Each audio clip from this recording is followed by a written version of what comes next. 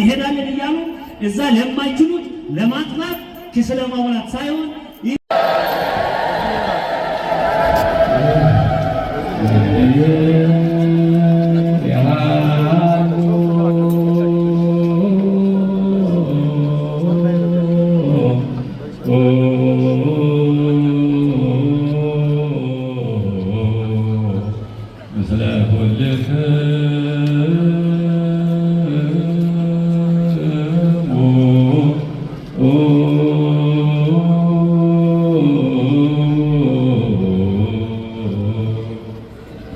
ምን ብዬ የእርሱን ደግነት ልናገር?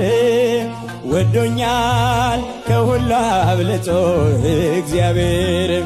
ተመስገን ክበር ዘላለም ልበለው።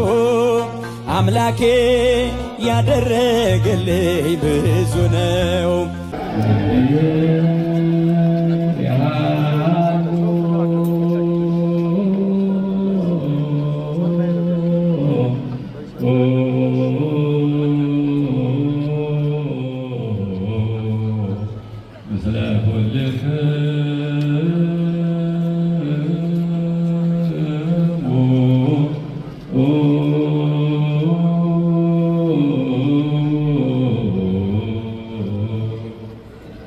የቤተ ክርስቲያን ከዛሬ ጀምሮ ካቴድራል ተሰይሟል።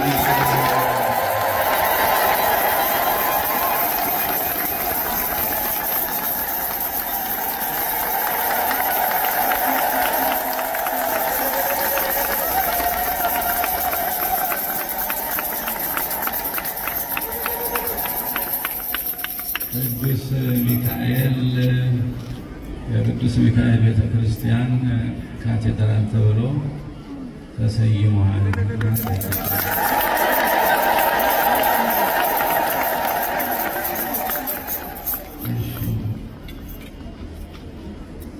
አቤቱ አምላካችን መድኃኒታችን ኢየሱስ ክርስቶስ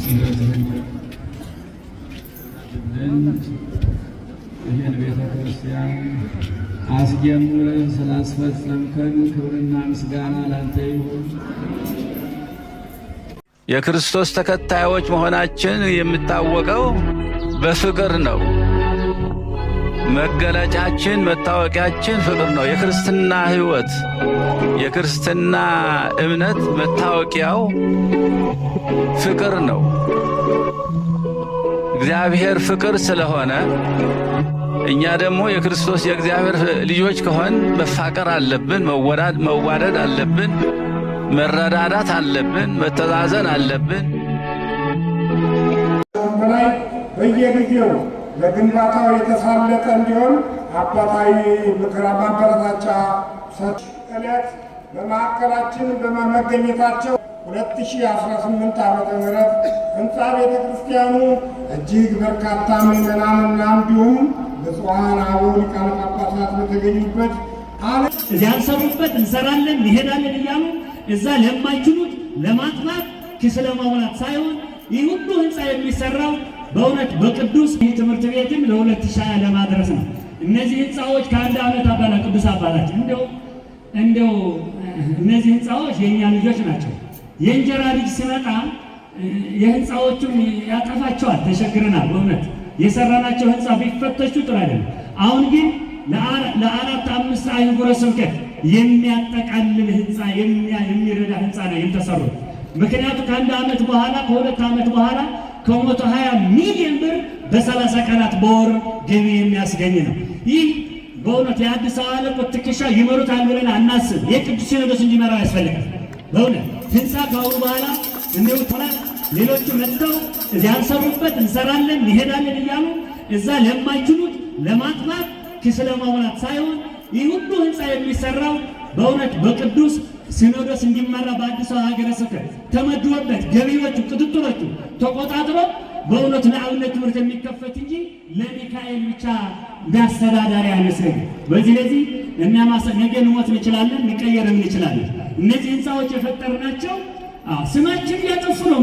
ደግሞ እኮ የሰራናቸው ዝም ብለው እንዳይሆኑ እንደ ሀረጉ እያሉ እየተቹ ነው የሚኖሩት። የሰራናቸው ህንፃዎች እነ ብስራተ ገብርኤል እነ ጊዮርጊስ ቢፈተሹ አንድም ዕዳ የላቸውም። እና ስለዚህ እነዚህ ህንፃዎች ዛሬም ነገም ይህ ተከባድ ህንፃ የሰራናቸው ህንፃዎች የህዝብ የሰራቸው ወደፊት በቋሚ ሲኖዶስ በቅዱስ ፓትርያርኩ እንዲመሩ ነው ማሳስበው። አሁን ግን በዛ ዓመት 3 ህንፃ እናስመርቃለን። በ2019 ጥር አካባቢ ትምህርት ቤቱ ይመረቃል ብለን ፕሮግራም ይዘናል።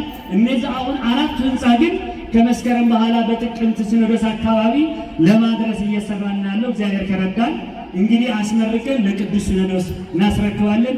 በቅዱስነቱ ስለማስረከብ እንዲያበቃን ቅዱስ ፈቃድ ይሆንልን። ለዛ ያደረሰን እግዚአብሔር ይመስገን።